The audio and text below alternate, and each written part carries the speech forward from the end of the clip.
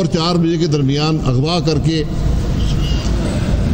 उनको जो मुकामी दफ्तर था इंटर सर्विस इंटेलिजेंस के, वहाँ पर ले जाया गया और FIR दर्ज करने का प्रेशर डाला गया। अब ये सारा मामला कैसे हुआ, क्यों हुआ, उसके बाद सिंध की पुलिस चली गई, छुट्टी की दरख्वास्त दे दी। घर का मुआसरा करने वाले पाकिस्तान रेंजर के सिपाही और अफसरान थे। ये दोनों महकमे पाकिस्तान रेंजर सिंध और इंटर सर्विस इंटेलिजेंस जो हैं, ये वफाकी हुकूमत के इदारे हैं। ये जो रेंजर्स हैं ये इंटीरियर मिनिस्ट्री को रिपोर्ट करते हैं और जो इंटेलिजेंस है ये प्राइम मिनिस्टर को रिपोर्ट करता है। यानी वफाक जो है वो सूबे पर हमलावर हुआ, ये एक हकीकत है। और बदनसीबी की बात यह है कि इस सारे वाक़े की FIR भी IG साहब दर्ज कराने से, क्योंकि ये किस तरह एक 22 ग्रेड का अफसर कहे जिसकी सूबे की पुलिस उसके मातहत हो, वो किस तरह ये कह सकता है कि मुझे अगवा कर। अगर वो अगवा कर लिया जाता है तो फिर उस सूबे में, उस मुल्क में कौन महफूज है। ये बड़ी संगीन बातें हैं, ये मामूली बातें नहीं हैं, ये सियासत की बातें नहीं हैं, ये उन हालात की बातें हैं जो आज हमारे मुल्क में रूनुमा हो रहे हैं। इस पर तरीका तो ये था कि वज़ीर-ए-आज़म साहब सूबे के चीफ मिनिस्टर को से रब्ता करते, उनको अश्योर करते कि जो वाक़या हुआ है हम इसकी तफ्तीश करेंगे, हम सज़ा देंगे जो लोग मुलव्वस हुए हैं। कोई टेलीफोन नहीं आया। चीफ मिनिस्टर साहब ने प्रेस कॉन्फ्रेंस की, कोई रब्ता नहीं हुआ। बिलावल भुट्टो साहब ने प्रेस कॉन्फ्रेंस की और चूंकि कोई रब्ता नहीं था और इन दोनों इदारों के आला अफसरान जो हैं वो पाकिस्तान फौज से डेपुटेशन पर आते हैं, पाकिस्तान रेंजर सिंध और इंटर सर्विस इंटेलिजेंस के भी। तो बिलावल साहब ने क्योंकि वफाकी हुकूमत से रब्ता नहीं था, चीफ ऑफ आर्मी स्टाफ से और DG इंटर सर्विस इंटेलिजेंस से कि आप इस मामले की तफ्तीश करें।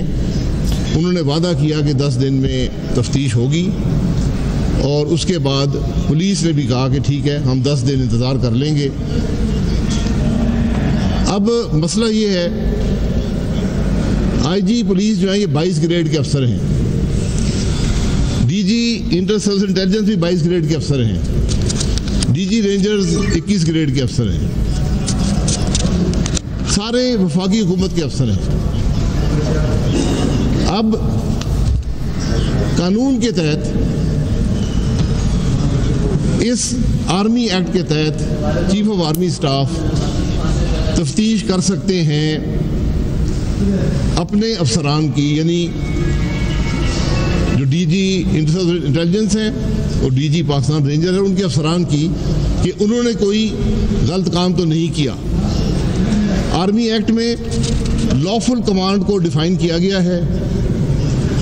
सुप्रीम कोर्ट ने असगर खान केस में अनलॉफुल कमांड की भी डेफिनेशन दे दी है और सुप्रीम कोर्ट ने यह कहा था कि जितना ज़रूरी लॉफुल कमांड पे एक्शन लेना होता है, इतना ही ज़रूरी अफसर के लिए अनलॉफुल कमांड को ओबे ना करने की जिम्मेदारी होती है। और ये फैसला कि लॉफुल कमांड क्या है और अनलॉफुल कमांड क्या है, ये सबऑर्डिनेट अफसर पे छोड़ दिया गया है। अब जब chief of army staff army के ज़रिए तफ्तीश करेंगे तो वो सिर्फ इस हद तक तफ्तीश हो सकती है कि क्या कोई लॉफुल कमांड दी गई थी या कोई अनलॉफुल कमांड थी, उस पर मुतल्लिका अफसरान ने सही अमल किया या नहीं किया। वो जो वाक़या होटल के तोड़ने का है उसकी तफ्तीश उनके दायरा इख्तियार में नहीं है। वो तफ्तीश होना ज़रूरी है कि चादर और चार दीवारी का तहफ़्फ़ुज़ जो था उसको किसने पामाल किया, क्यों पामाल किया। और आप जब इस सारे वाक़े को देखते हैं तो एक बड़ा खौफनाक पहलू नज़र आता है कि वफाकी इदारों ने सूबे के सबसे बड़े पुलिस अफसर को रात के अंधेरे में अगवा किया, उनसे FIR दर्ज करवाई। इसलिए दर्ज करवाई कि सुबह के 7 बजे जाके मरियम नवाज की होटल का कमरा तोड़कर चादर और चार दीवारी को पामाल करके वो अमल कर सके। जिस मुल्क में अफसरान, आला अफसरान को अगवा किया जाए कि चादर और चार दीवारी का पामाल किया जाए, वहाँ कौन शख्स महफूज करेगा, अपने आप को महफूज तस्वर करेगा? वहाँ किसकी इज्जत रह जाएगी? उस मुल्क का निज़ाम खोखला हो जाता है। और बात यहाँ तक नहीं रुकती, सूबे की जो अथॉरिटी थी, जो सूबे का कॉन्स्टिट्यूशनल स्टेटस है, उसको भी पामाल किया गया। बात की सारी जिम्मेदारी इस मुल्क के वज़ीर-ए-आज़म पर आती है। मुकम्मल जिम्मेदारी वज़ीर-ए-आज़म की है। दोनों इदारे, इंटर सर्विस इंटेलिजेंस और पाकिस्तान रेंजर सिंध, वज़ीर-ए-आज़म को रिपोर्ट करते हैं। वज़ीर-ए-आज़म खुद बात नहीं करता इदारों से, उसका सेक्रेटरी बात करता है। हमारा वज़ीर-ए-आज़म खुद भी कर सकता है, लेकिन किसी ने इंस्ट्रक्शंस दी हैं दो इदारों को, वो शख्स सिर्फ और सिर्फ मुल्क का वज़ीर-ए-आज़म हो सकता है, कोई और इंस्ट्रक्शन नहीं दे सकता। ये इदारे किसी और के ताबे नहीं है। इन इदारों के अफसरान अपनी कमांड्स लेते हैं, अपनी इंस्ट्रक्शंस लेते हैं, ऑर्डर्स लेते हैं इस मुल्क के वज़ीर-ए-आज़म से। ये इस सारे मामले की हकीकत है। और ये वाज़ेह हकीकत है कि इस मुल्क के वज़ीर-ए-आज़म ने हुक्म दिया कि चादर और चार दीवारी के तहफ़्फ़ुज़ को पामाल किया जाए, और उसने वफाकी इदारे इस्तेमाल किए। उसने वो वफाकी इदारे इस्तेमाल किए जिनके आला तरीन अफसरान और दीगर अफसरान भी पाकिस्तान फ़ौज से हैं। क्या उन अफसरान को ये अनलॉफुल कमांड एक्सेप्ट करनी चाहिए थी? ये सवाल है आज का। चादर और चार दीवारी के तहफ़्फ़ुज़ को पामाल करना मेरी नज़र में, हर पाकिस्तानी की नज़र में, एक अनलॉफुल कमांड है, गैर कानूनी हुक्म है। इस पर अमल दरामद नहीं हो सकता, लेकिन इन इदारों ने अमल किया। ये मामलात बहुत संगीन है। आईन को तोड़ा गया, सूबे की अथॉरिटी को चैलेंज किया गया, सूबे के अफसरान को अगवा किया गया। ये मामूली बातें नहीं है, और सारी बात वज़ीर-ए-आज़म के दफ्तर में जाती है। आज वज़ीर-ए-आज़म को जवाब देना पड़ेगा, जवाब देना होगा। पाकिस्तान के अवाम भी पूछते हैं, जब उस ओहदे में आए थे, जो हलफ उठाया था उसको पढ़ ले। ना सिर्फ अपना हलफ तोड़ा, बल्कि अपने जो अफसरान थे उनको भी हलफ तोड़ने का हुक्म दिया। ये बात यहां पे रुकेगी नहीं, ये रुक सकती नहीं है, रुकनी चाहिए नहीं है। ये वही बात है जो PDM कह रही है, ये वही बात है जो पाकिस्तान के अवाम कह रहे हैं। जब मुल्क का वज़ीर-ए-आज़म अपने काम छोड़ दे, अवाम की तकलीफ, मुल्क की मईशत को छोड़ दे, वो चादर और चार दीवारी के तहफ़्फ़ुज़ को पामाल करने में लग जाए, तो फिर इस मुल्क का क्या बनेगा? अब हमें तो तवक्को ये थी, और हमने इंतजार किया कि इस मुल्क की अदलिया, क्योंकि मामला तो अदलिया तक जा पहुंचा है, सूबे वफाक में टकराव है, फौज को मुलव्वस कर दिया गया है, ये फैसले कौन करेगा?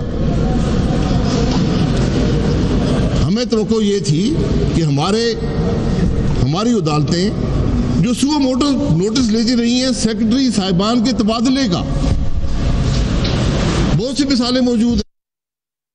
रहनुमा मुस्लिम लीग नून शाहिद खाकान अब्बासी मीडिया से गुफ्तगू कर रहे हैं। कहते हैं कि हुकूमत चादर और चार दीवारी का तकद्दुस पामाल करने में मसरूफ है। कैप्टन रिटायर्ड सफदर की गिरफ्तारी बहुत सारे शकूक व शुबहात पैदा करती है। शाहिद खाकान अब्बासी ने कहा कि विफाक सूबे पर हमलावर हुआ। कैप्टन रिटायर्ड सफदर पर FIR के हक़ाइक़ भी आहिस्ता आहिस्ता मंजर आम पर आ रहे हैं। IG सिंध पर मुकदमा दर्ज करने के लिए दबाव डाला गया था। शाहिद खाकान अब्बासी की जानिब से ये भी कहा गया कि मामलात संगीन हैं, आइन को तोड़ा गया है, सूबे की आइनी अथॉरिटी को पामाल किया गया है। शाहिद खाकान अब्बासी की जानिब से मीडिया से गुफ्तगू करते हुए ये भी कहा गया कि किसी ने 2 इदारों को हिदायत दी, हिदायत सिर्फ और सिर्फ मुल्क का वज़ीर-ए-आज़म दे सकता है। शाहिद खाकान अब्बासी की जानिब से गुफ्तगू करते हुए ये भी कहा गया कि दोनों इदारे वज़ीर-ए-आज़म को रिपोर्ट करते हैं, जिम्मेदारी वज़ीर-ए-आज़म की है। शाहिद खाकान अब्बासी ने यह भी कहा कि विफाक सूबे पर हमला आवर हुआ और उन्होंने ये भी कहा कि हुकूमत चादर और चार दीवारी का तकद्दुस पामाल करने में मसरूफ़ है। वज़ीर-ए-आज़म वाक़े पर वज़ीर आला सिंध से राबिता करते लेकिन कोई राबिता नहीं हुआ। शाहिद खाकान अब्बासी की जानिब से ये कहा गया कि IG सिंध के घर का घेराव करने वाले दोनों इदारे विफाक के मातहत हैं। शाहिद खाकान अब्बासी की जानिब से ये भी कहा गया कि कैप्टन रिटायर्ड सफदर की गिरफ्तारी बहुत सारे शकूक को शुबहात पैदा करती है। वहाँ किस तरह चादर और चार दीवारी को पामाल किया गया, लेकिन सबसे खतरनाक बात यह है कि आप आज अरबाब इक़्तिदार की सोच देखें कि मंसूबा बनाया जाता है, 2 वफाकी इदारे मुलव्वस किए जाते हैं, उनको हुक्म दिया जाता है कि FIR दर्ज करो और सुबह के 7 बजे मरियम नवाज साहिबा के होटल के कमरे का दरवाजा तोड़कर चादर और चार दीवारी को पामाल करके हरासा करो, वरना गिरफ्तार करते ना मरियम नवाज को भी, उनका नाम भी उस जेली FIR में दर्ज है। आज मामलात गैर मामूली नौयत के हो चुके हैं, लेकिन हमें अफसोस है कि पार्लिमान भी मफलूज है, अदालतें भी खामोश हैं। आज इंसाफ मरियम नवाज साहबा को कहाँ से मिलेगा, IG पुलिस को कहाँ से मिलेगा, सिंध के अवाम को कहाँ से मिलेगा? ये सवाल हैं जिनका जवाब जानना आज सारा पाकिस्तान इंतज़ार कर रहा है। बहुत शुक्रिया।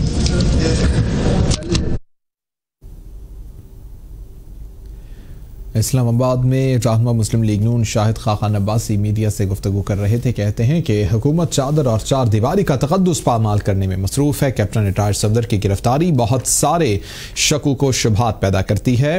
विफाक सूबे पर हमलावर हुआ। कैप्टन रिटायर्ड सफदर पर FIR के हक़ाइक़ भी आहिस्ता आहिस्ता मंजर आम पर आ रहे हैं। ये राब्ते की बात नहीं है, चूँकि 2 वफाकी इदारे मुलव्वस हैं जिनके तमाम आला अफसरान और दीगर अफसरान फौज से आते हैं। तो जब हुकूमत कुछ करने से कासिर है, जब हुकूमत ने कोई राब्ता नहीं किया, बल्कि शवायद ये है कि ये सारा काम वज़ीर-ए-आज़म ने करवाया है, तो फिर बिलावल साहब ने ये मौजू समझा कि वो चीफ ऑफ आर्मी स्टाफ से दरख्वास्त करें कि आप पता करें, अफसरान आपके हैं, आर्मी एक्ट के तहत उनके पास ये इख्तियार है कि अपने अफसरान से पूछें कि मामला कैसे पेश आए। एक चीज़ मैं भी जरा कह दूँ और जी एक चीज़ मैं भी और हाईलाइट करना चाहता हूँ। देखिए, आपको मालूम है कि ये वज़ीर-ए-आज़म इमरान अहमद नियाज़ी सुबह शाम एक तस्बीह पढ़ता है, मैं NRO नहीं दूंगा, NRO नहीं दूंगा। और इमरान नियाज़ी ने सुपर NRO किसको दिया है? कुलभूषण यादव को। कल स्टैंडिंग कमेटी लॉ से ज़बरदस्ती बुलडोज करके कानून पास कराया गया है, जिसका मकसद ये है कि कुलभूषण यादव को अपील का हक दिया जाए। ये अपील का हक उसके पास जो इंटरनेशनल कोर्ट ऑफ जस्टिस में पाकिस्तानी हुकूमत ने दलाइल दिए थे, उनकी रोशनी में हमारे मुरव्वजा कवानीन के अंदर मौजूद है। हमने इंटरनेशनल कोर्ट ऑफ जस्टिस में अपने केस को प्लीड करते हुए कहा था कि मिलिट्री कोर्ट की सजाए मौत के खिलाफ हमारे हाई कोर्ट में अपील करने का कानूनी हक मौजूद है। और हमने मिसालें दी थी कि पेशावर हाई कोर्ट ने मिलिट्री कोर्ट से सजाए मौत पाने वाले कई अफराद की सजाओं को तब्दील किया है। मैं सवाल ये करना चाहता हूँ कि अगर ये कानून मौजूद है तो फिर एक कुलभूषण यादव के नाम से उसके लिए एक पर्सन स्पेसिफिक लॉ बनाना, इन हालात में कि जब कश्मीर के अंदर भारतीय सिक्योरिटी फोर्सेस ने आग और खून का बाजार गर्म कर रखा है, ये कौन सी कौमी गैरत है? ये कौन सी कौमी पॉलिसी है? ये कौन सा कौमी मफाद है जिसका ये तकाजा है कि भारतीय जासूस के लिए इमरान नियाजी की हुकूमत एक सुपर एनआरओ निकाले? ये इस बात का सबूत है कि इन्होंने कश्मीर का सौदा किया हुआ है।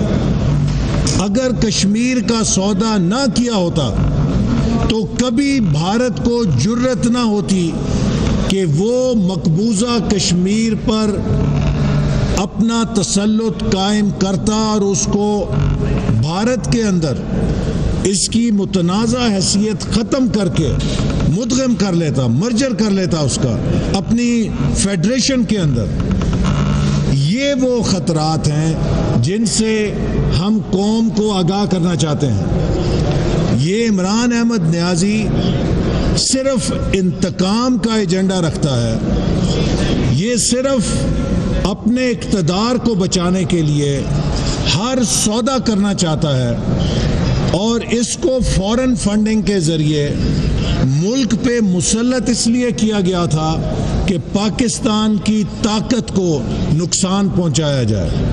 वो पाकिस्तान की ताकत जो मईशत की बहाली से और सीपैक से एक मजबूत इक्तसादी ताकत बन रही थी, आज इसने पाकिस्तान की मईशत को मफलूज कर दिया है, तबाह कर दिया है। ग्रोथ रेट ख़त्म हो गई है, मुल्क हाईएस्ट इन्फ्लेशन में है। आज आम शहरी, आज आप खबरें सुने, पाकिस्तान का सबसे बड़ा मसला क्या है?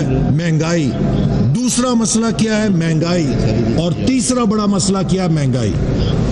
लेकिन इमरान अहमद नियाजी के लिए सबसे बड़ा मसला यह है कि ये मुस्लिम लीग नून की क़यादत के खिलाफ झूठे मुकदमे कैसे कायम कर सकता है। इमरान नियाजी की पहली मीटिंग भी इन मुकदमों के हवाले से होती है और दिन की आखिरी मीटिंग भी इन मुकदमों के हवाले से होती है। उसे अवाम से, उनके मफाद से, महंगाई से, बेरोज़गारी से, कश्मीर के मसले से कोई दिलचस्पी नहीं है। आज जैसे शाहिद साहब ने कहा कि हम ये मुकदमा कौम के सामने रखना चाहते हैं कि जहां आईजी के अगवा का मसला है, वहाँ कौम की बेटी के चादर और चार दीवारी के तहफ़्फ़ुज़ का मसला है। अगर इस चीज़ को एड्रेस ना किया गया तो किसी की माँ, बहन, बेटी की हुर्मत महफूज नहीं रहेगी। हम इस चीज़ पर आवाज़ उठाएंगे, एहतजाज भरपूर जारी रखेंगे जब तक कि इस वाक़े में मुलव्वस जो असल किरदार है इमरान अहमद नियाजी, उसको कानून के कटहरे में नहीं खड़ा किया जाता। सर ये बताइए, दोनों से मेरा सवाल है सर जी, ये जो ये कार्रवाई हुई, जाहिर है चादर और चार दीवारी का तकद्दुस पामाल हुआ, तो क्या मुस्लिम लीग नून अपने तौर पर सुप्रीम कोर्ट या मुतल्लिका सिंध हाई कोर्ट में पटिशन फाइल करेगी इस तरह की ये वाक़या हुआ है, चादर और चार दीवारी का तकद्दुस पामाल हुआ, और क्या मुकदमे को परसू करेगी ज़ाती हैसियत में, जिस तरह आपने कहा? देखिए, चादर और चार दीवारी का तहफ़्फ़ुज़ पामाल हुआ, सिर्फ बात वहाँ ख़त्म नहीं होती।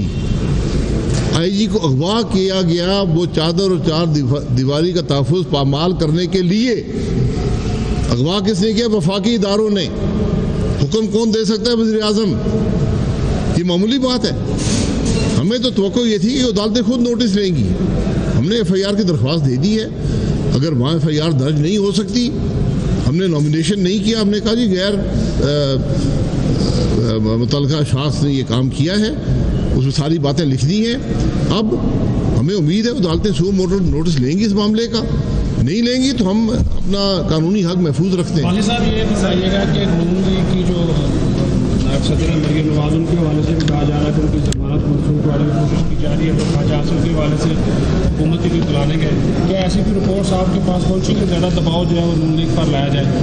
दबाव तो हुकूमत पर नज़र आता है। अगर ये काम आज हुकूमत सोचे जो ये करेगी, ये ऐसी जो चादर और चार दीवारी के तहफ़्फ़ुज़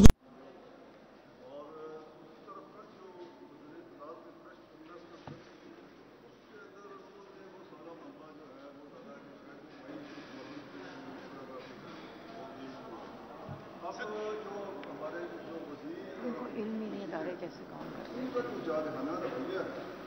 ये तासुब लग रहा है कि शायद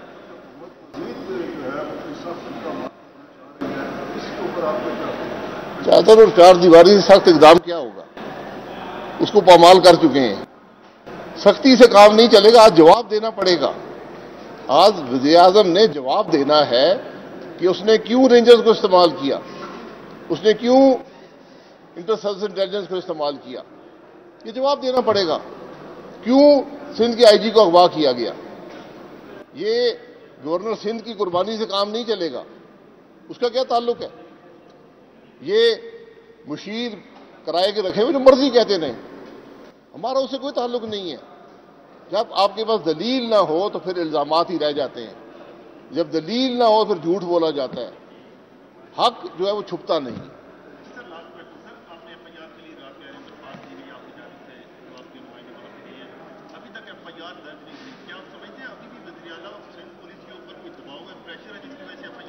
हम देख रहे हैं, हमने FIR दे दी है। अगर PTI के वर्कर की झूठी FIR रात को दर्ज हो सकती है IG को अगवा के बाद, तो हमें उम्मीद है कि IG के अगवा के बगैर ये FIR भी दर्ज हो जाएगी। Thank you.